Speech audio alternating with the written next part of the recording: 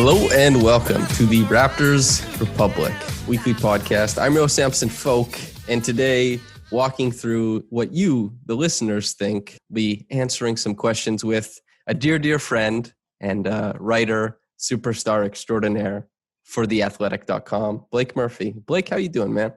I'm well. How are you doing, buddy? I'm doing good. I feel much better about this. We tried to record this earlier, but my internet was schizophrenic. It was very up and down, so it had a lot of things going on, and now we're coming together again to try and make it right.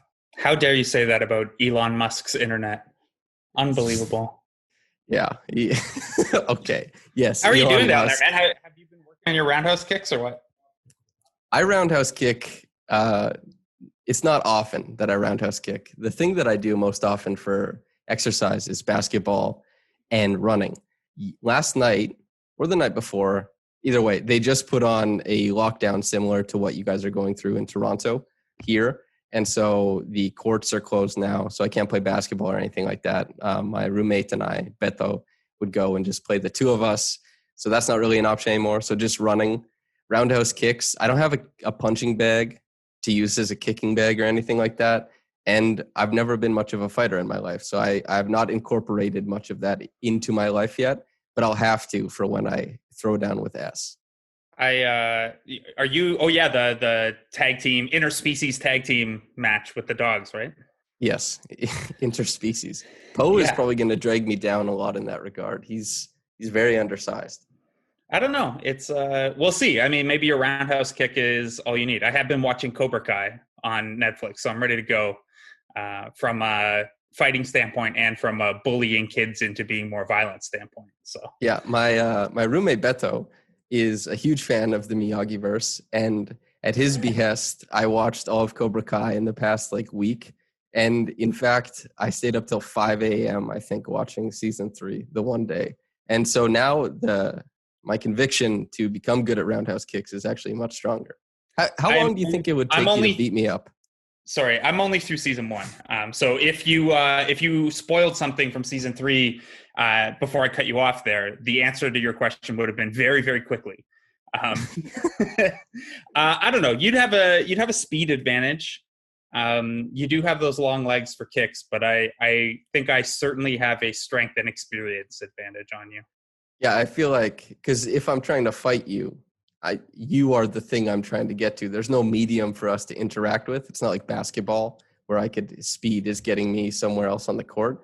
I think I just have to get to you. I think you just kick my ass as far as that goes. But I guess that's life. I don't want to think about it. But, look, the experience is a real thing. You can look at me and see that I've probably been punched in the face before, and you can look at you and see that you probably haven't. You have the only time you would have to fight someone is because of what's known in the wrestling business handsome guy heat, where people get disproportionately upset because they're also upset that you're better looking than them. I don't have those issues. Most of my fighting came from alcohol or hockey. So, but anyway, I don't want to think about us fighting, Samson. It's although it is funny, the whole son and disappointed dad shtick that we have. It could be building to, if you've ever seen the movie Hot Rod, the final scene in that movie. Have you seen the movie Hot Rod? Of course. Okay. I was a teenager when it came out, so that movie was everything to me when it first came out. It's terrific. Holds up not bad. Andy Samberg, what a career. Yeah, he's got a lot going on. Palm Springs is very, very good also, if you haven't seen that yet. I think I liked my favorite off-the-cuff Andy Samberg joke was when he was on the Eric Andre show, and Eric was trying to coax him into taking his pants off, and he says, you have to do this if you want to succeed in the industry. And he says, I have a much better career than you. Yeah. Okay. There you go. We're here. We should probably, speaking of having good careers and things we should do in the industry, the Toronto Raptors, 4-8, Samson. Yes, 4-8, have had a very topsy-turvy season in a league that has been famously topsy-turvy so far. MVP caliber players are being traded. MVP caliber teams have been underwhelming. The Knicks were leading the league in three-point percentage at one point in time. A lot of crazy things happening. The Pacers, perhaps on the good juju or good vibes of Nate Bjorkgren, taking some from the Raptors. They speed forward. Karis LeVert had a mass on his kidney and found out via trade because he had to do a physical. A lot of crazy things going on. And I guess we're here to walk through some of the concerns or optimistic takes. You didn't even mention the 14 games that have been postponed because of the pandemic we're operating within. Yeah, it's been a lot. Yeah.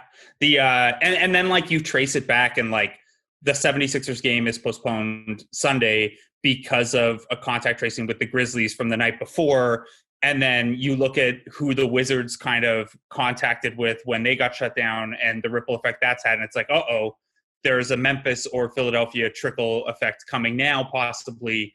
And then, anyway, it's a mess. And that's part of why the league's been so weird and a little uncomfortable to watch. And then some of it is just the quick restart and the bizarre situation. Like you get things like Luka Doncic putting up a tremendous historic line on Sunday in a big loss to the Bulls, or the Knicks stomping the Celtics.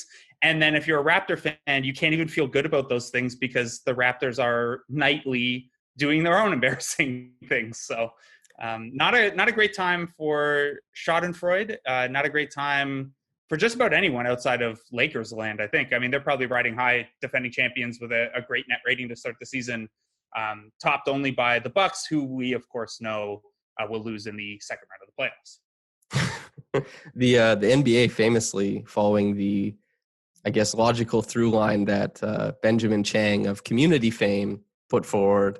Fire can't go through walls, stupid. It's not a ghost. Similar type of logic application for the contact tracing as far as between the lines and how that affects it. Okay, let's talk Raptors. Freddie Rivas, sure. Friend of the podcast, Confederacy of Dunks podcast. He's a co-host over there, but he asks a question.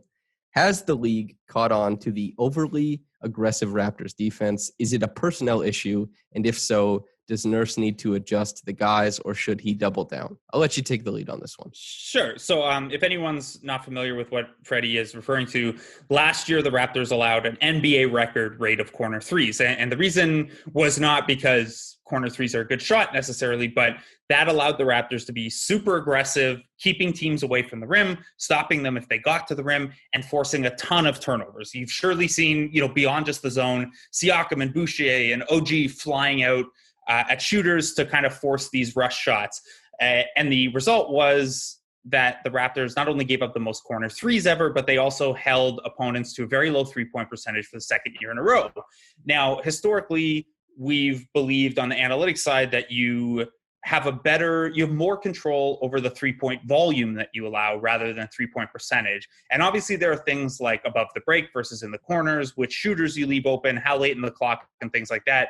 I dove in pretty deep last year, and it seemed the Raptors were getting at least a little fortunate from the corners with the volume they were giving up. Now, in terms of if the league has caught on, I don't think it's that necessarily. I think, you look at those numbers and they were such an outlier last year that teams had to be ready. And we saw, the Raptors star-stopping strategy result in some very good games for supporting casts, like the Harden double team game against Houston. The bigger thing I think is that the Raptors aren't executing as well. And the rate of corner threes they're allowing has gone down in terms of volume, but they're not doing as good a job of protecting the rim, and they're not being quite as fortunate with variance. So, I don't know that the ebbs and flows in opponent three-point percentage are something that the Raptors are going to be able to control until we have, a significantly larger sample than 12 games.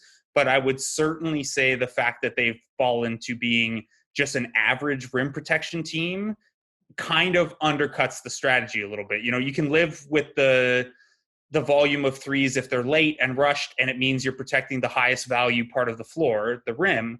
But if you're doing all that and you're accepting those results and you're not protecting the highest value part of the floor, then you maybe have to, if this continues for another 8, 10, 12 games, maybe you have to consider a tweak, maybe not necessarily be more conservative necessarily, but just to use your length a little differently, your switchability a little differently, and as I'm sure someone has asked about, using your centers a little differently as well. Yeah, when I look at how they're playing teams, particularly with the closeouts, it's very intelligent sometimes, and then seemingly there's no direction others. You could look at the Phoenix game. Pascal a lot of complaints. Zarar, one of the people complaining about Pascal's closeouts on Jay Crowder in an effort, I think schematically, to make Jay Crowder put the ball on the floor. Whereas you look at Pascal when he was closing out on CP3, it's chopped feet, it's contained, because one guy is better off the dribble and another guy is obviously not very dangerous going downhill, passing the ball on the move. I'm not saying Jay Crowder is incapable. I'm just saying that seemed to be it. But that's not consistently something that happens from every Raptor. And the defense seems really disconnected if they're not switching a pick and roll or just completely blowing it up with one of, a combination of like Pascal and OG or OG and Stanley or something like that. The communication and the backline defense seems to be struggling. And then when you think about the Raptors, the type of hard sell defense they play elongates possessions. You have to sustain longer defensive stands for a longer amount of time. You have to make more good rotations, and I just don't think that's been there this year. And I think 5 games into the season, this could be off by a little bit, so don't quote me on it, but roughly around 60% shooting on pull-up dribbles against the Raptors 4 or 5 games into the year, which obviously is the other side of the leaf that is not sustainable as far as teams shooting against the Raptors. Yeah, for sure. You're not going to allow that bad of a pull-up percentage for long, unless, of course, you're playing against Etuan Moore and Ish Smith, who always do that to the Raptors in the floater range, but not above the break. So I think we're on the same page. I think that whole playing a whole possession of defense thing is a staple of the Raptors defense. And I think you look at last year, how many times did we just marvel at the way that their defense stayed on a string for entire possessions. And then you look this year and that's maybe not happening quite as much. And you can look at, they've gotten even worse defensive rebounding wise. I think, anecdotally, where the traditional centers have struggled is not necessarily the first line of defense in pick and roll, but, if you jump at this spot or you overhelp at this spot, how do you recover within the defensive system to where you're not recovering to a spot where someone already picked you up? And, the Raptors are pretty aggressive and they do change their scheme up a lot and they don't have a ton of returning players. And then you even get into things like, they've played so many minutes small, and that's helpful in one way because they can get really switchy that way. But Boucher's not a guy that they necessarily trust in the super switchy scheme. He's still someone who's best off kind of hanging back by the rim and being protected that way. That's why, he often looks so good in those zone defenses. So there's some stuff to figure out. And I think both Baines and Len will eventually be a little better than they've shown. And all of this kind of flows out from the rim. But you also have to start looking at, okay, maybe if Boucher ends up being a bigger minute starter, your base defense maybe needs to account for Boucher versus having a more traditional drop back big or something like that. Because, the Raptors have shown for 2 years in a row that you can give up a lot of threes and still be a really good defense, but everything else has to go right. And that starts with doing a better job protecting the rim. They do still have at least the turnovers side of things working well enough. But that's not everything. You can't turn it over every time. Yeah, Boucher, as far as the defensive playmaking aspect, at the rim, OG, above the break, they have a lot of that. It's interesting when I think about Marc Gasol had a quote at the start of the year in regards to the type of defense he wanted to play with the Lakers, and was talking about how different guards take different steps when they're coming to help and how he needs to be in sequence with those steps. And he was saying he's going to need time to reach his best type of defense with the Lakers. And he's a savant defensively.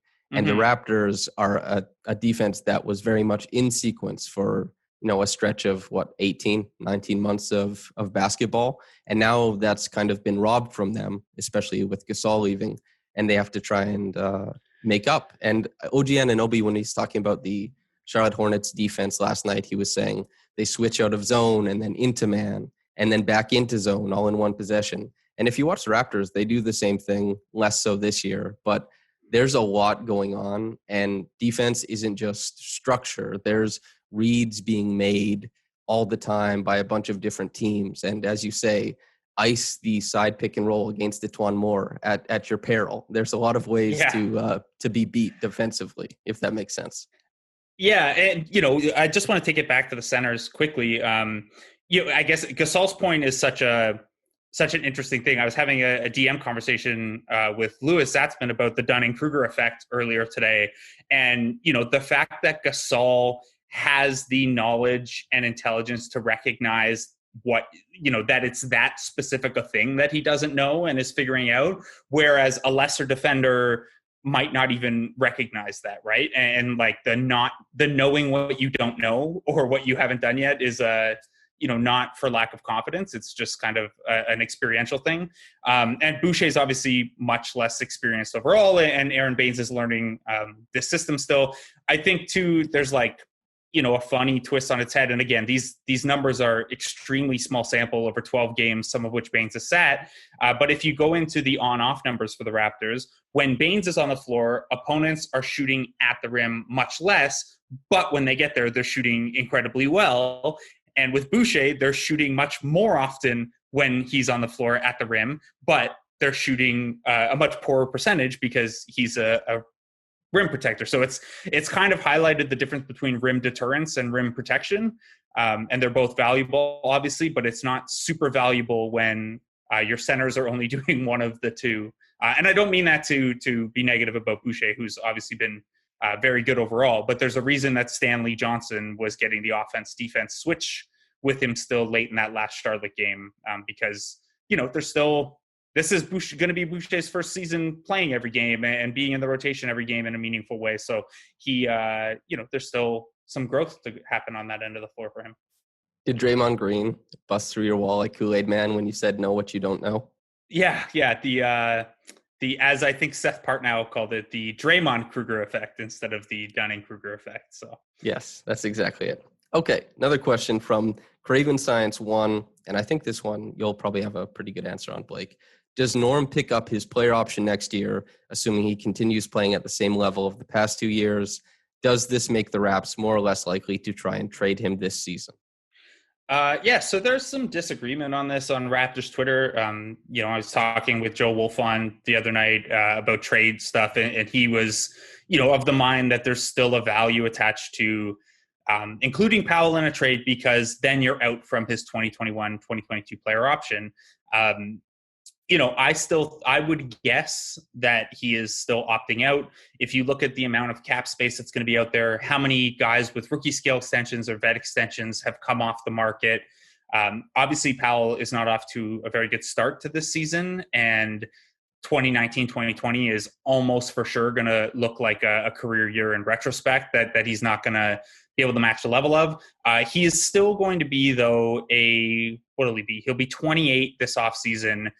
With 6 years of experience in a winning program, sometimes starting.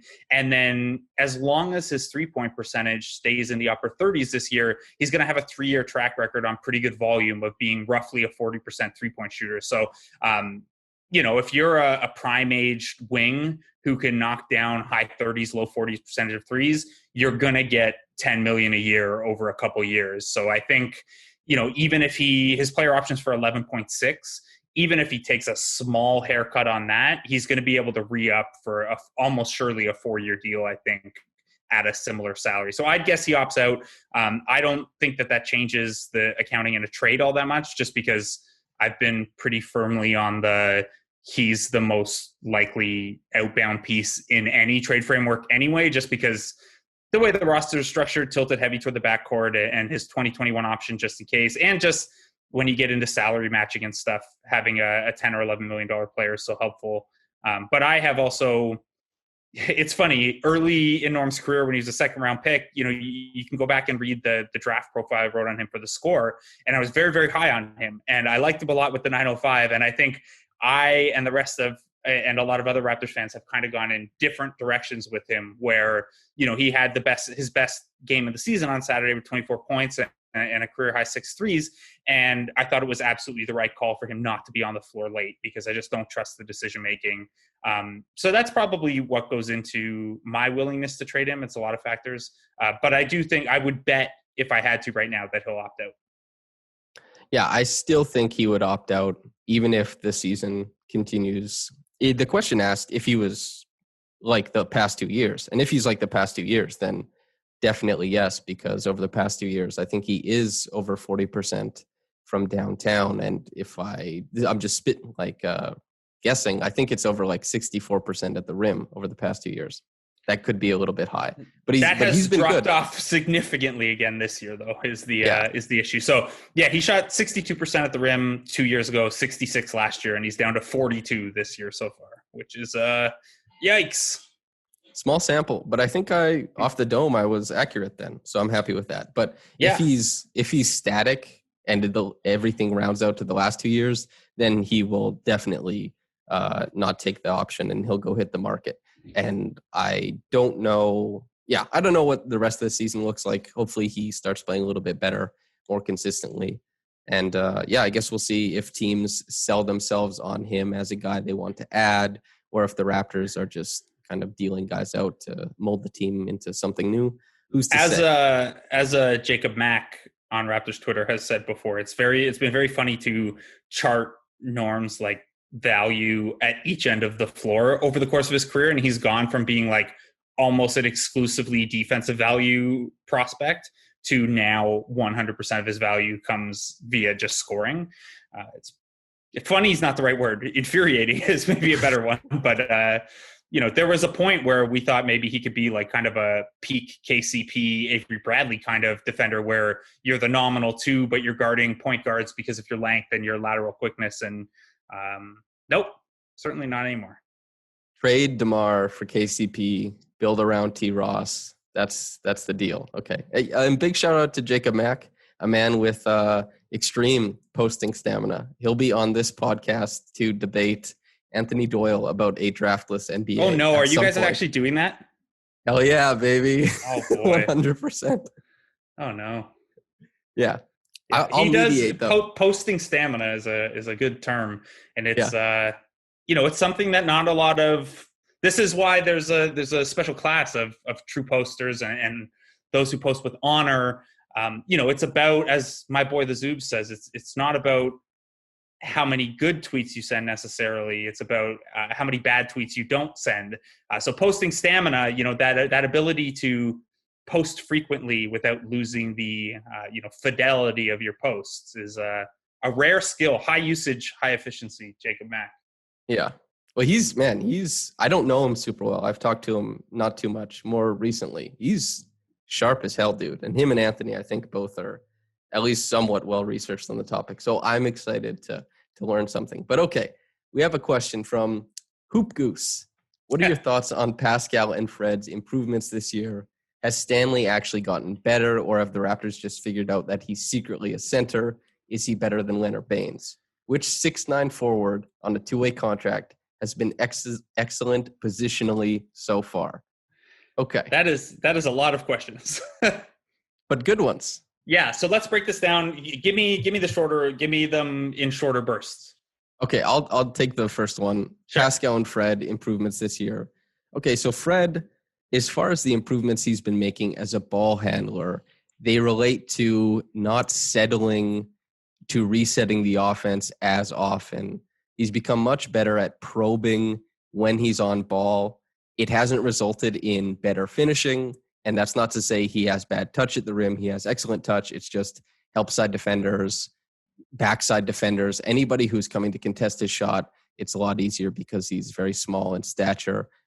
His improvements on ball are so much related to his playmaking.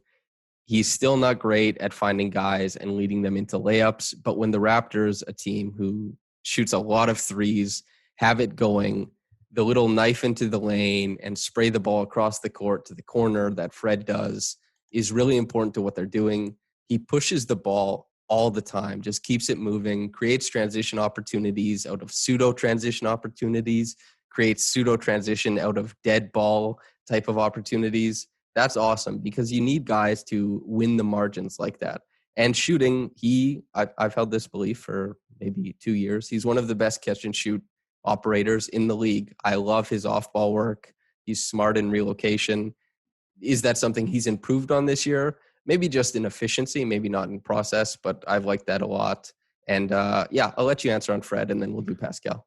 Yeah, I actually have a piece coming out at the Athletic Monday that kind of goes into some of this in greater detail, because he is, carrying higher usage on basically the same true shooting percentage, which is great when you consider that his 3-point percentage is down and his free throw rate's down and his finishing is down. So he's obviously got to be doing something better with all of this additional usage. So I think, your point about his passing is really important. His assist rate's up. His turnover rate is way down. He's only turned the ball over 3 times on drives all season, even though he is the most pass-heavy driver of anyone on like even moderate drive usage. So, he's which is funny when you dig into the transition numbers, because he very rarely passes in transition. Anyway, so all that is to say is I think that speaks a lot to how he's feeling out the offense. Finishing is something that we need a bigger sample on to get too worried about. Now, he does have a career-long sample of being a poor finisher. I just don't think it's as bad as finishing at less than 50%. And then I think the 3-point percentage will come back up because, like you said, he's an elite catch and shoot guy. He is taking more pull-ups this year, and he's shooting a little better on them, which is great too, because that helps, bend the defense vertically. It gives you a little more space in the pick and roll. But the biggest thing to me, and there was a great example of this in the second quarter against Charlotte, where he kind of took in a pseudo transition, he took one of those kickouts from Pascal as Pascal drew kind of the Giannis-like wall. And then Fred attacked between Devontae Graham and Gordon Hayward with this Euro kind of move, and then hit this like kind of leaning 11-footer off of 1 foot and touched it off glass. And it's those in-between spots where he's not shooting between the rim and the 3-point line he's not taking a higher volume from there this year, but he's way, way better at those shots. He's been better at stepping into mid-range twos. He's really improved his floater package and runner package, I think. And, we're talking small samples with all this stuff because it's only 12 games, and that only means, maybe we're talking 25, 30 shots. But those are such important things if you're going to be a great 3-point shooter and if you're going to be a below-average finisher. Having those in-between options is what is going to open up, some of your pocket passes or some of your kickouts. You have to be a threat inside the arc before you get to the rim if you're not going to be a huge threat at the rim. So I think, it can get long-winded, obviously, the way I'm answering here and the way I write in general. But with Van Vliet, and I feel the same about a lot of Boucher's improvements, it's a lot of little things moving in the right direction. And when you're Van Vliet and you have this awesome floor because you're a great catch and shoot artist and an elite defender, every tiny little improvement really matters. Like, it really raises your ceiling because your floor is that of like a really good 3-and-D guy. So, if you can become just a little bit better of a pick and roll passer, or just a little better kicking it out off of drives without having to nash it or reset, and just a little bit better, using that mid-range space or the free throw line space, all of that stuff is building on top of a really, really strong foundation. So, a lot of little improvements goes a really long way with a player in the position Van Vliet is. And heavy hands, of course. Mm-hmm. Okay, Pascal, I'll let you go first. Sure. With Pascal, I think the improvement is basically right now just in the playmaking area. I think obviously he's had better scoring games, and he's looked the last little bit like he's getting his post game back and his confidence attacking, getting to the front of the rim a little bit. But for me, the big thing is the stride he's taken as a playmaker and understanding what a defense is going to do in response to him and taking advantage of that. Yes, his turnover rate's up a little bit, but his assist rate has taken a major jump and is at a career high rate. Obviously there are some scoring concerns right now in his 11-game sample, and you need to see more of that consistently the way he played the couple of games before Saturday's game. But I think, that playmaking to me suggests a higher comfort zone with the way defenses are approaching him. And that's, you can only imagine that that's going to result in an uptick back in scoring at some point as well. Yeah. And as far as the post-ups, I think one of the coolest things is that Pascal, when he was part of the bench mob, was that he was a very good playmaker on the move for the type of player we perceived to be at the time. So when he would make that little shovel pass to the guy in the dunker spot when he was driving, let's say it was Pirtle at that point in time, that was great to see. Similar things from OG. It's just that little step of progression that you didn't know was there. And now to the point where he's diving and he gets stripped a lot, kind of cutting through the middle, whether he's trying to get to the front of the rim or just the other side of the court. But when he's on the dive, he's good at creating to all points of the court, whether it's either corner or looking back behind himself above the break. He's capable of all those passes. And now there is a standstill aspect to his playmaking where he can just be in the post and read the defense as it's kind of shifting to accommodate what he might be able to do in one-on-one coverage, whether that's a double or just shading him heavily. His reads have been really, really impressive so far this year. And on that West Coast road trip, I think how he attacked individual players was really great. The balance he had, being able to hold his pivot foot and always remain dangerous in the triple threat, shifting in and out of post-ups into face-up, all very fluid attacking. Very nice to see. Obviously, the scoring, the passing was all there. And grab and go was a huge part of his game during that road trip. The Hornets kind of sold out to stop him and make him uncomfortable. He still probably didn't do enough in the middle of the floor when he was going against Biyombo or PJ Washington. That's something he needs to improve on, is how dangerous he is there, especially if it's just at like the nail. But there's been a lot of things to like. 3-point shooting should come around. And if it does, you're looking at a guy who can go into the post, manipulate a defense, hit threes if they sink, and hopefully they start adding more pick and roll possessions for him, either as a screener or as a handler. But I've liked what I've seen, even if there has been a lot of middling return baked into all of that. Yeah, for sure. And again, we always talk about sample this early, and 20 games is kind of the cutoff where you start taking the rate stats more seriously. But, that's you have to look at the track record. And I completely understand why people have been, really up and down with him game to game because of how he struggled in the bubble and things like that. But process-wise, it's coming along. Top 10 assist rate for non-guards in the league right now. And that to me, I mean, like I said it earlier, that is the thing to me that suggests he's understanding defenses better than, how many of his pull-up threes are getting knocked down. Like, people were worried about OG shooting 6 games into the year, and now he's knocking down everything, and nothing changed. He just got a bigger sample. So, I guess I think Siakam's been maybe a little more uneven on defense than we're used to from him, but that's just something additional to keep an eye on, I guess. Yeah, that's been a little bit confusing. Just boneheaded fouls. A lot of his turnovers too, having watched like damn near every possession a few times over this season that he's had.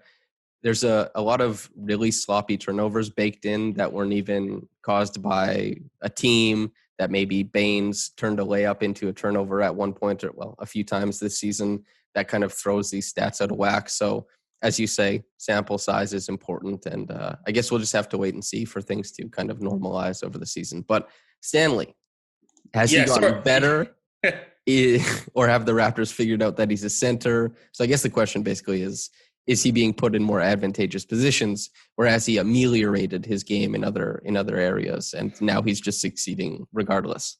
Yeah, I think it's a little bit of both. I think, one of the things that I wrote heading into the season, and I think at the end of last season too, when I do my annual, what does each guy need to work on this offseason? What I said was that, the talent level has never really been in doubt with Stanley Johnson, right? Like, he was a top 10 pick, and even if that was an overdraft, he's shown flashes of being able to score at times. Obviously, he looks very good in the open court. In garbage time, he's got to kind of be a pseudo point guard.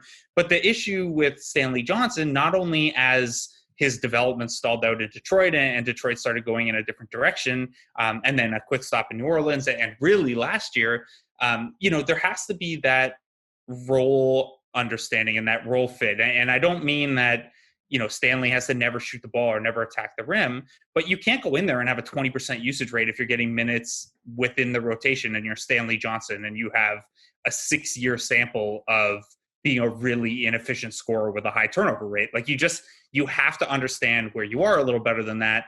And I think he's doing a good job of that. He's still not, I still don't trust him a ton with the ball in his hands, and he's turning it over a lot, but he's using 9.9% of the offensive possessions when he's on the floor. And he's doing other things like, career high offensive rebounding rate, very strong defensive rebounding rate, helping push in transition.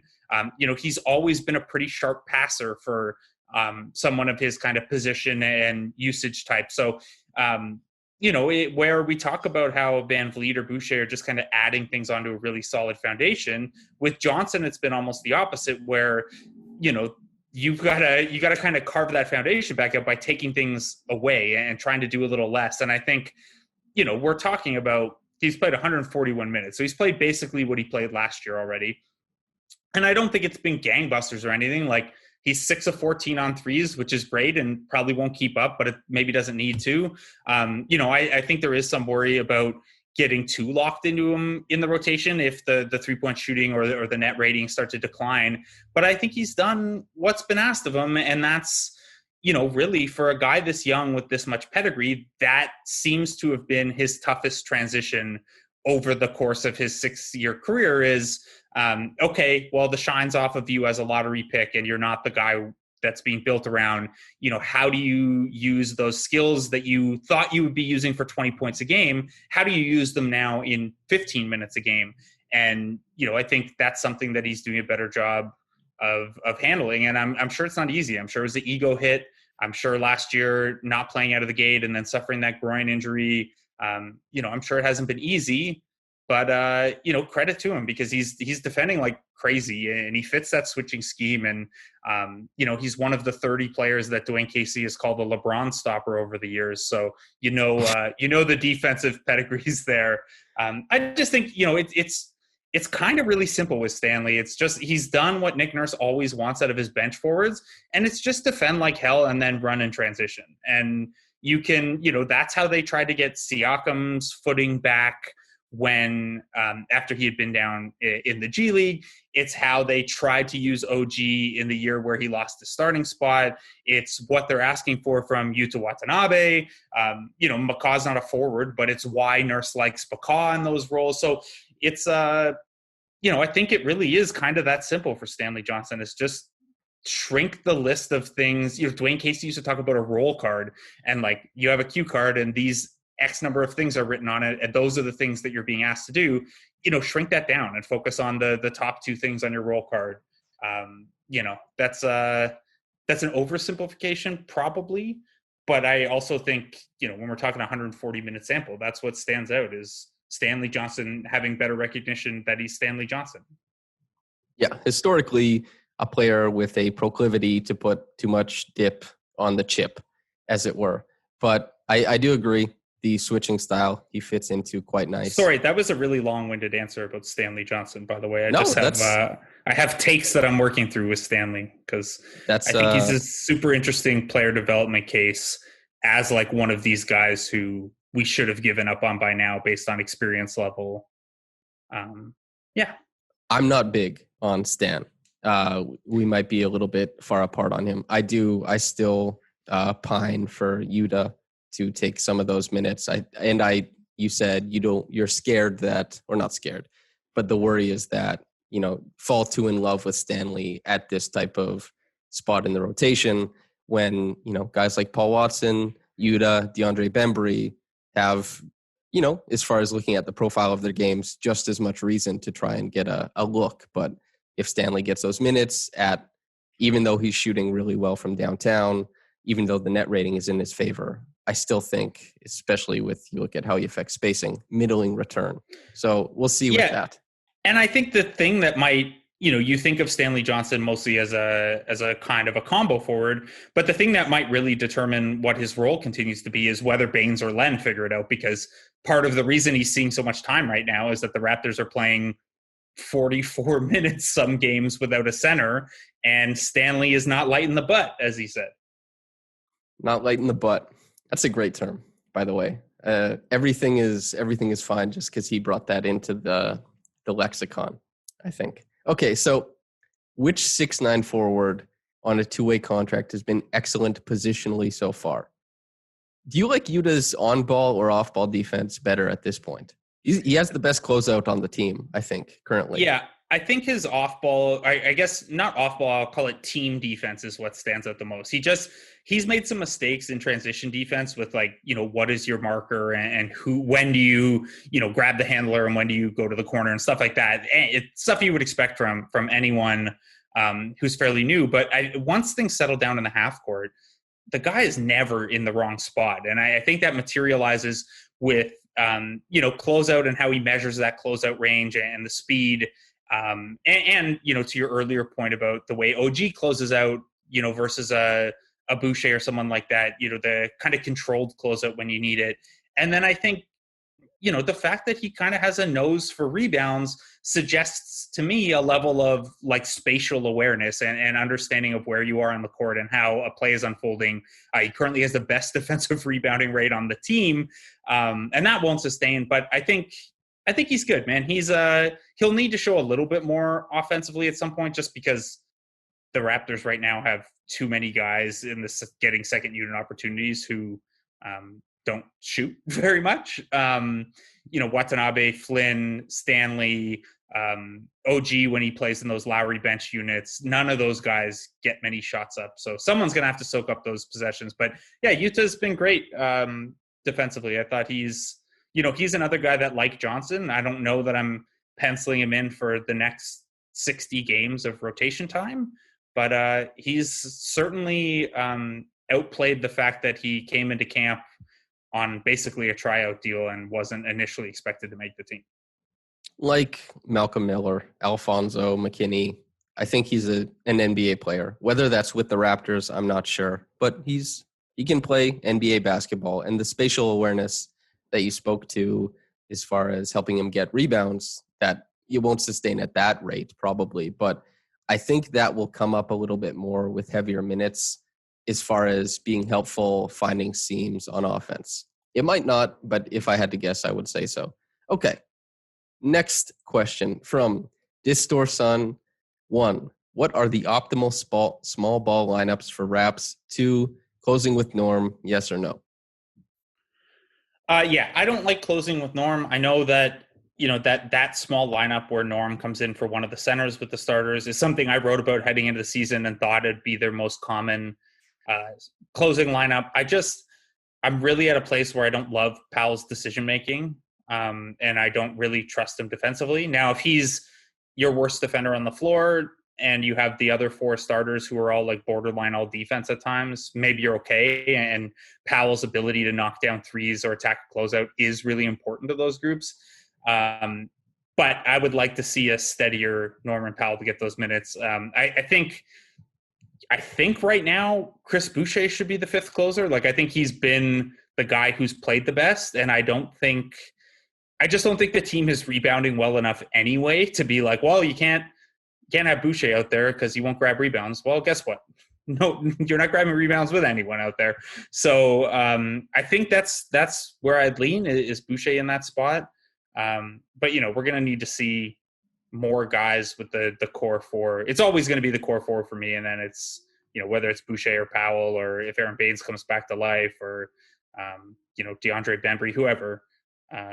Yeah. So I'm wishy-washy on this. I think a lot of it, when you have 4 starters locked in, you kind of go game flow and see who's playing well for that 5th spot. But right now, if I had to pick in a neutral environment, I'd go Boucher. Yeah. And if Powell is giving you 10 or 11 points in a game, if he's giving you 24 and he's launching over a zone, which isn't the easiest thing to do, and doing it efficiently, then he'll probably figure into the closing lineup. But if he's giving you like Saturday. Right. Actually, yes. Okay. But if he's giving you 10 or 11 points on very middling efficiency, there's basically no reason to have him out there in the closing minutes to just slap somebody's arm for a foul when OG has them blanketed, for example, something like that. It's just, you can avoid those types of things by not having him out there. And if he's going to continue to reward other teams for just his presence, then that's not good at all, I don't think. No. And here's where we get back to the issue of only having 4 guys on the roster that are trusted. So yeah. Boucher nudging his way in there, but I think Nick Nurse is going to, I think the offense-defense subs the other night suggest that, Boucher still has a little bit of trust to earn on the defensive end. And it's high risk, high reward to play right now Siakam and Boucher, who are both very foul prone, on a thin team. So that's like another thing too, is, Boucher, good for him for finishing with 5 fouls. And as you say, he wasn't in those last 2 possessions for Stanley, but you hit a guy, it does affect how you defend when you have a high number of fouls. And do you want the guy being the linchpin of your defense, a guy who's trying not to foul at certain times? And yeah, there's just a lot that goes into it. Yeah, you want to talk part of why the Raptors defense has struggled. Siakam, Boucher, Len, and Baines are all fouling more than 5.5 times per 100 possessions. You can have 1 or 2 guys like that, but basically always having a high foul player on the floor right now is tough. The Raptors, if you go into the, especially because the Raptors are a team that doesn't draw a ton of free throws, you go into it and they're at a free throw disadvantage and they're at a playing in the bonus disadvantage. And that goes into part of their struggle and why maybe they've struggled to close out quarters a little bit too, because they're playing with that kind of foul disadvantage a little more often. Obviously some of that is the league conspiracy against the Raptors, but some of that is guys having a little too much foul trouble. Have you looked at the numbers on this? Fred, well, especially Kyle, Kyle, kind of a risk-taking defender at times. Do you think that the bonus affects how he is at the point of attack when he's there? Yeah, I think so. I think, Lowry's been a little more trick or treat defensively this year anyway. And, the team's defense is better when he's out there. And obviously the plays that he does make happened, they tend to be momentum swingers and stuff like that. Lowry hasn't fouled much himself this year, but he's such a smart, time and score guy that, yeah, I would imagine he gets a little more conservative once the team's into the penalty. But I just think he's been a little less steady on the ball in general this year anyway, to start. Okay. Next question I think is really interesting. Something I've talked about on a different podcast, but Jake Francis at Phaser, quote, "Did the loss of Nate play a role in the offensive woes," end quote. So this is regarding Nate Bjorkgren going to coach the Indiana Pacers, who, if anybody follows Caitlin Cooper, she's a fantastic writer. She's should. The best. Yeah, very, very good at her job. Like, very, very good. And the Indiana Raptors trademark that she has going on, she has unearthed, although it's apparent to quite a few people, that there's so much the Pacers are doing that seems taken or has migrated over from the Raptors playbook. And yeah, do you think Nate leaving has anything to do with offensive or defensive woes? Not necessarily. The way things broke down, Nurse liked a collaborative staff that kind of the roles rotated around. So even though Adrian Griffin's more of a defensive specialist and Scariolo is more of an offensive specialist, and Bjorkgren is more of kind of the player development / positivity guy, everyone was expected to contribute to all sides of that. And now Chris Finch is kind of in the offensive role and Scariolo moves to the special teams role. And then Jama is in the kind of Nate Bjorkgren positivity / calm Nick down role. So I don't know that, obviously, like, we're talking about the Pacers running some of the stuff that the Raptors use. So it's obviously stuff that the Raptors could still be using.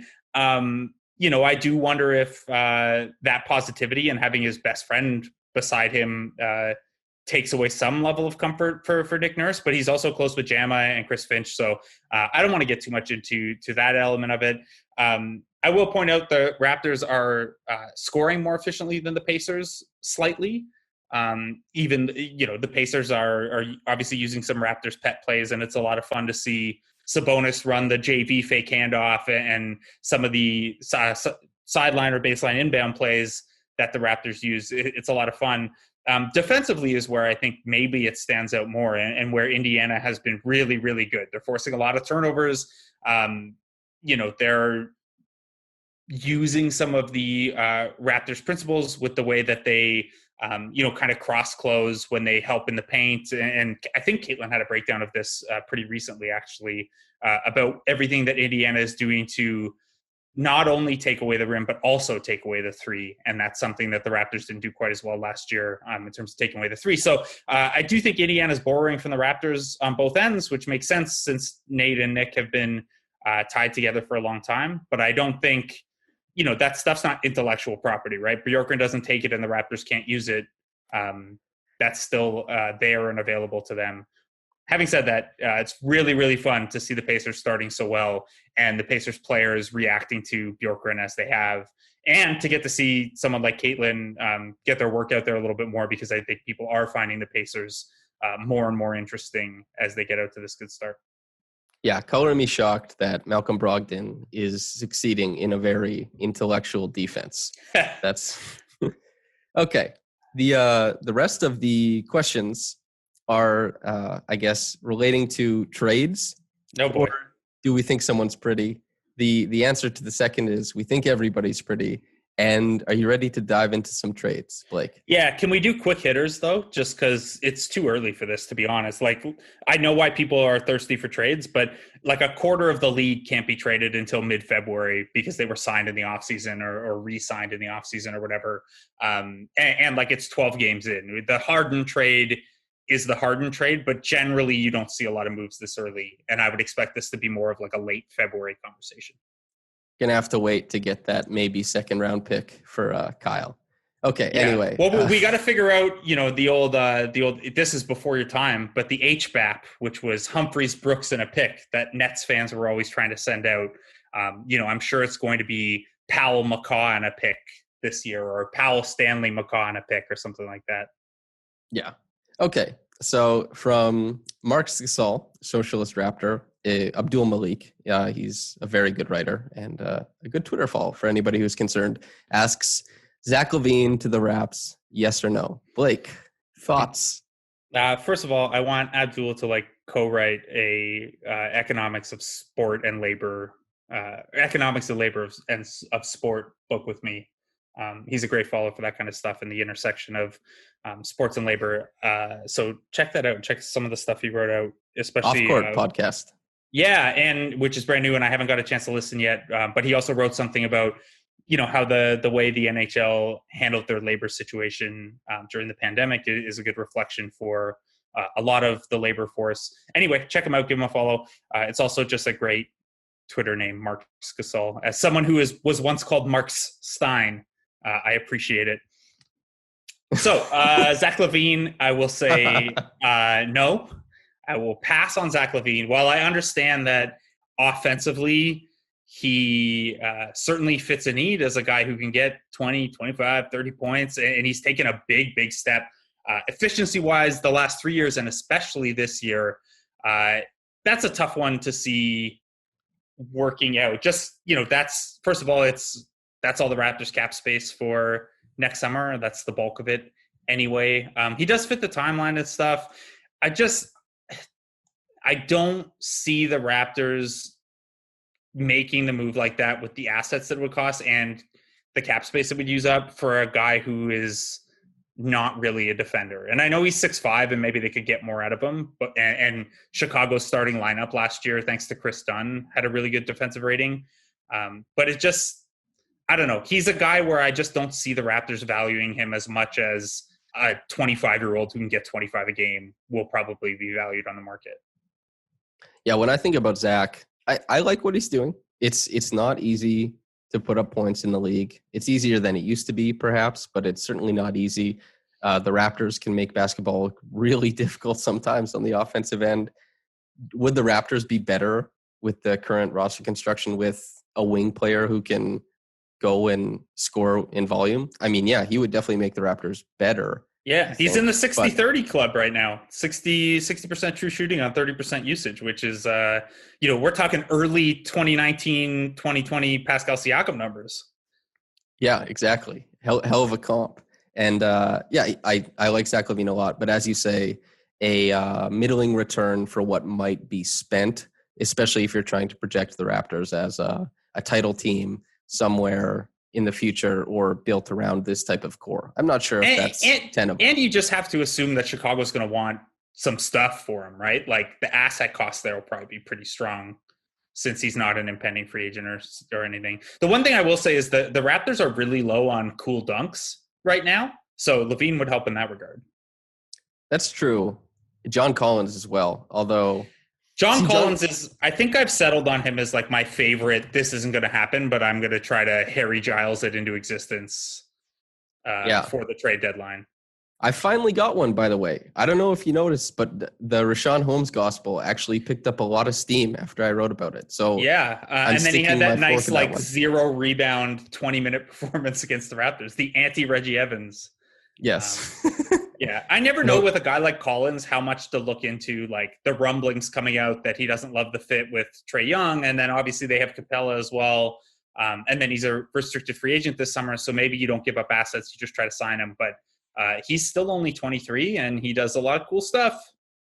I think he's so... This is Anna Jane Smith 4, that's her very smart person. Another great follow. Yeah, another great follow. A big man whisperer of sorts. When she talks about bigs, I tend to listen and sometimes let it inform my view. I'll go watch a big man that she likes and see if I like what I see. But as far as John Collins, she's low on him, but I'm high on a lot of what he can do. So, and I'm also in the same boat as you that, John Collins on the Raptors would be really, really fun. But okay. Yeah, I'd imagine, I don't want to speak for Anna, and I haven't talked to her about John Collins, but I would imagine there's like the incongruence between what he should be defensively and what the results have been defensively is part of the issue, because I know that's been a big part of, the way she evaluates big men and the way she contributes so importantly to the big man conversation is that a lot of times the NBA media or NBA Twitter at large, what they think of a big doesn't necessarily line up with what's actually happening on the court. And, the whole, hey, the defense isn't actually that bad with JV and there's rim deterrence there, or hey, you can win Enes Kanter minutes, or, pick your example. Vooch is obviously the biggest one that she's been super, super right on. So I would imagine that her dislike of Collins is that kind of misalignment of this guy should be really good defensively. Why is he never making an impact defensively? But that's kind of an Atlanta Hawks staple right now. Yeah, not a lot going on there, except Cam and DeAndre Hunter. God, this I is love what that I mean. pairing. It's like I know they're middle of the pack defensively, and maybe if you're playing Trae Young 33 minutes a game, maybe you should be happy being middle of the pack defensively. I don't know, but it's I feel like they should be better with Collins, Reddish, and Hunter. But yes, I was really. I've talked about this. This isn't Raptors. Anyway, we'll move it along. Also, can we? The other thing too is like they got to play Onyeka at some point, right?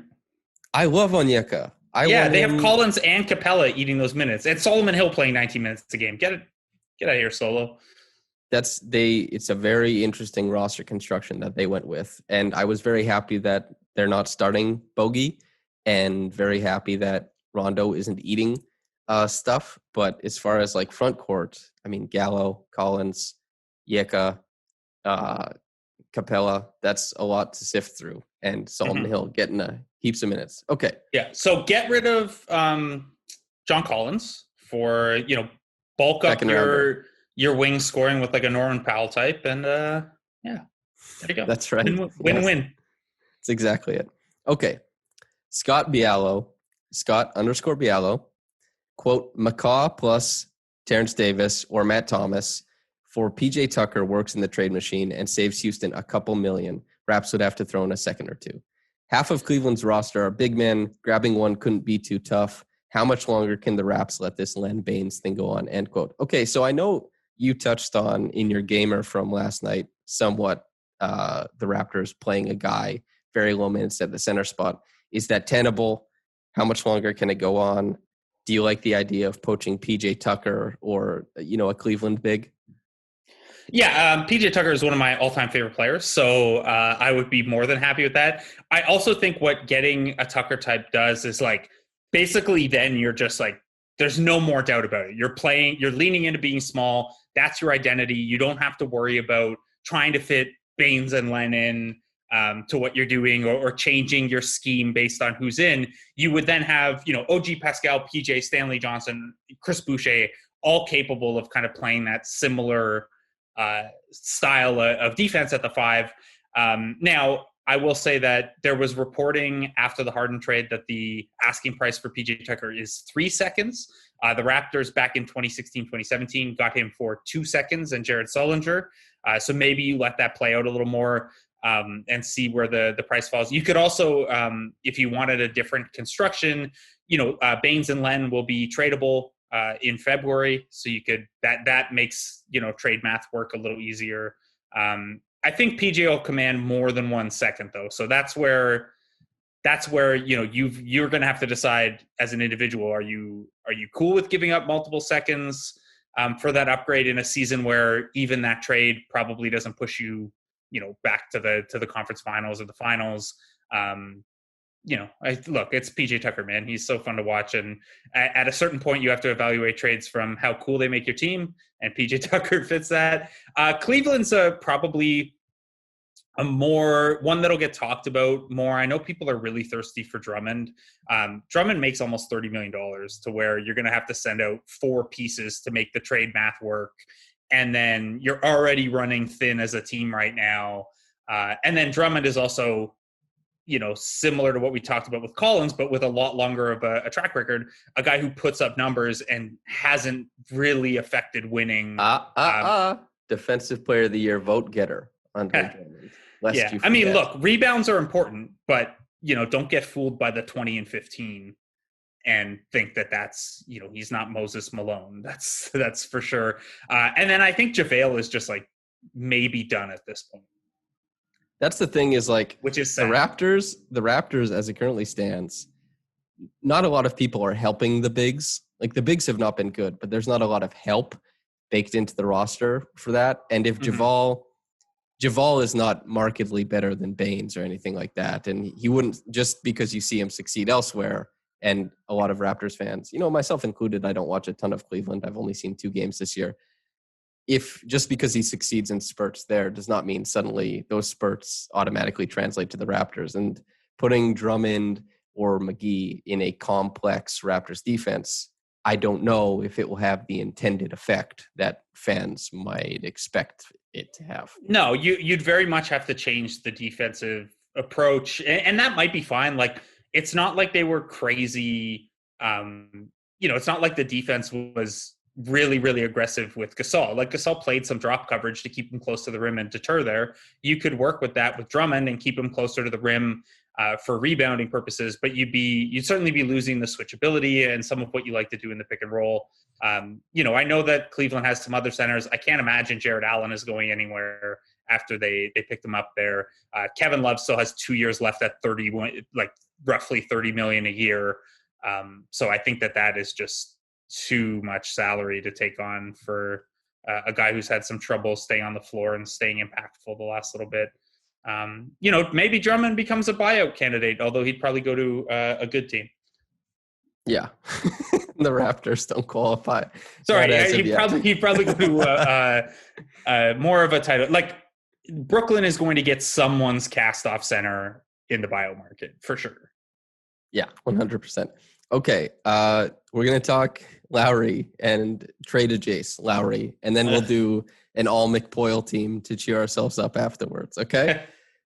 At Lowry time, quote, that's ironic, Jesus. Okay, anyway, at Lowry time, quote, if the ceiling is around a first-round exit, is it worth making the playoffs? Would trading Lowry for assets and retooling through the draft be the way to go? And would not making the playoffs hurt the organization in terms of respect around the league, et cetera, with free agents, quote. Okay, so I'll say something quick.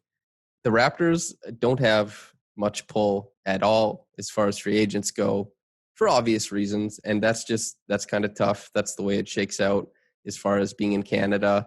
That is seen as a complication to many players. Taxes is seen as a complication to many players, and weather is seen as a complication to many players. That makes the free agent stuff more complicated. Would it hurt the organization in terms of respect? I don't think so. It's a crazy year. A lot of stuff is happening, and they're one of the very few teams that has won a championship recently. But is Lowry worth trading for assets? I mean, if the package is correct, then almost anybody is. So that's my take on it. Yeah, it's a tough one, right? Because a first-round exit team is kind of like marginally the worst place to be. And there's there's obvious value in the Raptors being able to say, look, we've built a winning culture. We've made the playoffs this many years in a row. We're committed to always being good. And then I think there's a value too in, if you're trying to attract free agents after the season, being able to say, look at what this core did, and they made the playoffs despite, playing in Tampa and whatever. Look at what you can add to that. And I think that is a tougher sell if that's not a playoff team, especially if you deal Lowry and you really bottom out. Now, having said that, there is, to strip some context away from it, where, maybe the Raptors aren't pitching a free agent, or maybe they haven't made the playoffs X number of years in a row. There's not a ton of value in a first round exit, especially when you're not getting gate revenue possibly for that first round of the playoffs. The number 14 team in the lottery gets a 1 in 20 chance a 0.5% chance. So 1 in 100. Or 1 in 200 rather. Geez, my math is all over the place today. Great. Quick maths. Chance at Cade Cunningham or Mobley or whoever else you like in the draft. Alex Suggs. Yeah. Maybe not as one, but I like him. Yeah. And the lottery odds have flattened to where, look, any chance greater than 0 is a chance. And Cade Cunningham is developing like a generational prospect, and Mobley might be too. And Suggs is very good as well. So this is if you were ever going to do that and you were going to be like, hey, we'll take a step back for a year, this is a pretty damn good draft class to do it in, even if you can't get all the way to the bottom, which I think we'll see a couple weeks from now. You probably can't, because the East is pretty bad. But this would be the year to do something like that. Now, similar to the talk with Drummond, Lowry gets a little complicated to trade because he makes $30.5 million, and you have to get salaries close to matching. And then you have to worry about, can you do that without taking back bad long-term money? And then you need the draft or prospect equity to make that worthwhile. Now, Philly probably balks at Danny Green, Mike Scott, Tybal, and Tyrese Maxey for Lowry. That's probably too much for them to give up in terms of depth and giving up Tybal and Maxey. But I probably say no to a Tobias Harris package where you're taking on all this salary for a long time, and maybe you're only getting Maxey back or one pick or something like that.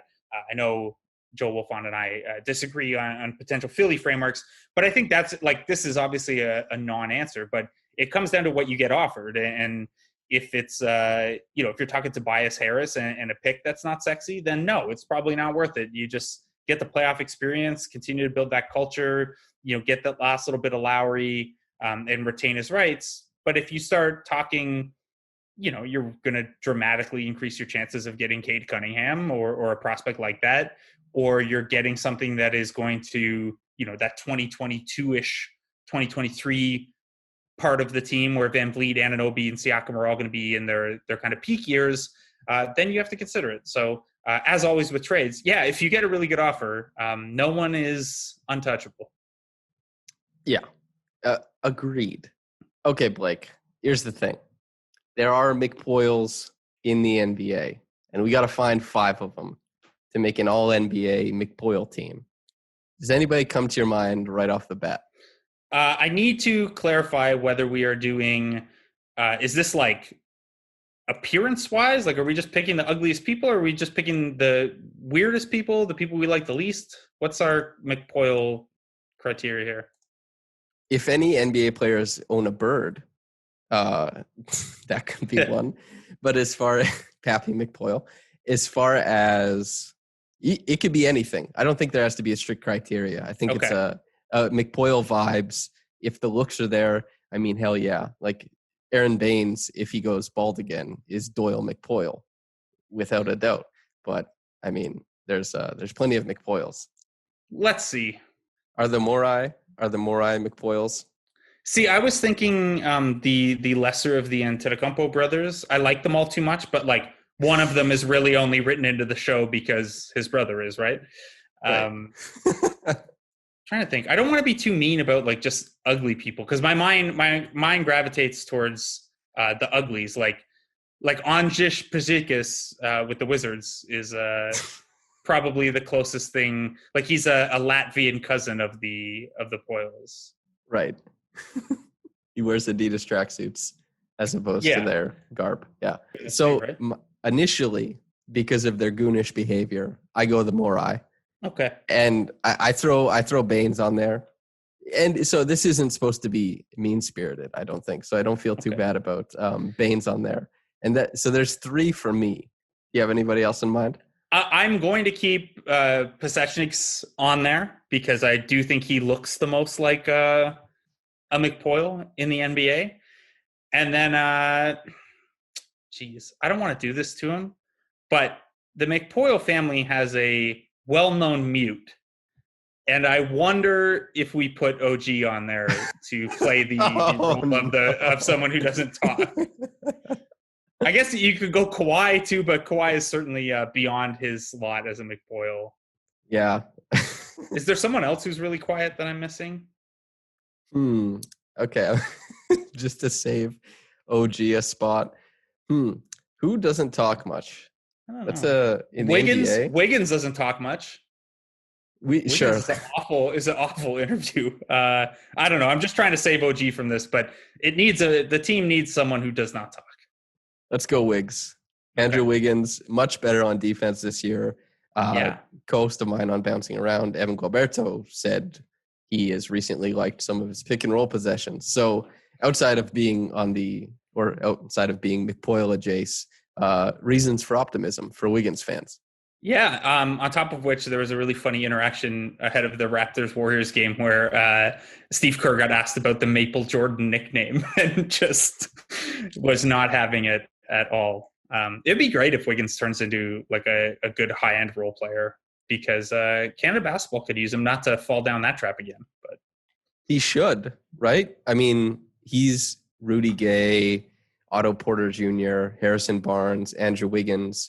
These guys who had all of this promise receive those big contracts and kind of settle into smaller roles down the line, still at exorbitant paychecks. I think there's value in Wiggins' game. Now, I don't know if he's closer to, just kind of what would the term be? A neutral player right now, if he's leaning more negative. I'm not super sure. I haven't looked deep into his numbers, but I know Harrison Barnes brings quite a bit to the floor, still probably overpaid. Rudy Gay, when he was on Sacramento, did, but at a high cost. And Otto Porter Jr. is trying to, make the right turn on his career now too. I think there's room for those guys to turn it around. You just have to swallow the contract for the time being. And it depends what they're willing to accept when they move off of that contract. How big a cut do they go? Right. And that's, that was the thing that kind of settled Rudy Gay into reputationally being this elite role player and just like a really productive and useful guy, was he started making like $10 million a year. And that's a much more reasonable cost for a guy like that. And it's why, Covington has always been such a valued player in that archetype where, Otto Porter is, I shouldn't say is, but at times has been one of the best kind of 3-and-D low usage guys before the injuries and stuff, but he always had that contract attached to him. So it'll be the same thing with Wiggins, where he's not going to shake off the fact that he makes like $93 million over this year and the next 2. But there's certainly a path with his skill set, especially if the 3-point shot that he's showing this year is real. Another guy who's interesting like that is DeRozan and what his next contract will look like. Not that he's like role player in the same sense as Gay and Porter and those guys, because he's obviously not that kind of defender, but just will you accept a smaller role? And then suddenly everyone realizes that you're really, really awesome. And it's just been the fact that you had to carry entire offenses. That is why people have been too negative at times. Yeah. Spurs are like a top 5 watch for me this year. Keldon Johnson, DeMar, DeJounte, Derek White. Yeah. Lonnie Walker as well. Jakob. There's a lot going on. Yeah. Hopefully Derek White is back in not too long. But yeah, man, DeMar starting at the 4. It's a ton of fun. Yeah. And see, that's the thing, is for his legacy, right? Or just so DeMar is my favorite player of all time, just in case anybody needs to know. I love DeMar. I love his game. I used to think very positively about how he was the record holder for NBA players scoring overseas because of their 2 games. And he had 58 points or something like that. And it was Travis Outlaw was shredding the Raptors when they're in London, I think. And Brook Lopez, I think JV absolutely slashed. He still has the scar on his right shoulder from JV's nail, I think. Anyway, DeMar, just so people say nice things about him, like at mid-level exception, just murdering second units would be insane and would become, any team who signs him for that, probably the favorite player on the team. But, he's worth so much more than that. His playmaking is so fantastic. But yeah. Anyway, DeMar. Yeah, so DeMar's very cool, and I hope, selfishly, I hope that he like finds his way to that role, because like him as like a more and even more functional like Lou Williams, Jamal Crawford type is a cool idea, but I think also he'll be able to make more money than that. So yeah, well, he should be able to. Anyway, we're looking at a podcast that's turning down. Do you have any other thoughts on the NBA or the Raptors you want to put out there? I know you're working through some Stanley Johnson takes. Yeah, well, on body mass alone. No. Okay. We have this conversation like 5 times a day, every day this month, dude. Okay. You got to cut it out. Had to work one Sonny reference in there outside of the McPoyles. Yeah. No, man, I got nothing. That if people are interested in that Fred conversation more, I do have a piece up at The Athletic on Monday morning, kind of going into his offensive growth a little bit more. And otherwise, I don't know. You can always shoot me these kind of questions because they help me. Doing mailbags and stuff helps me kind of keep in mind what people are curious about and what I should be writing about. So thank you. Good. Okay. We'll both retire back to our time alone, and we'll come up with ideas how to do a Charlie McDennis game virtually. And Blake, that's the end of the podcast. Do you have I know you just did a little mini plug, but do you have anything else you'd like to plug? No, that's it. You guys know where to find me. Blake Murphy, ODC, The Athletic, Columbia House Party, all that good stuff. And please also support Samson's other non-Raptors Republic initiatives, because he's got a couple other good projects out there that are really good for whether you're a kind of an X's and O's hardcore with his pod with Evan, or the stuff with Lewis that is just super creative. It's a lot of fun. You're doing great work, Samson. Thank you. Yeah, so if anybody wants to learn about one of the most notorious assassinations in Mexico in recent history, Minute Basketball, you can just go subscribe and read along. But yeah, that's it for me. That's it for you. That's it for Blake. Blake, thank you very much for coming on, man. Yeah, no problem. Thanks for having me. Okay, listener, time to get out of here. But whether you got in here in the morning or at night, have a blessed day, and goodbye. Goodbye. Goodbye. Goodbye. Goodbye. Goodbye.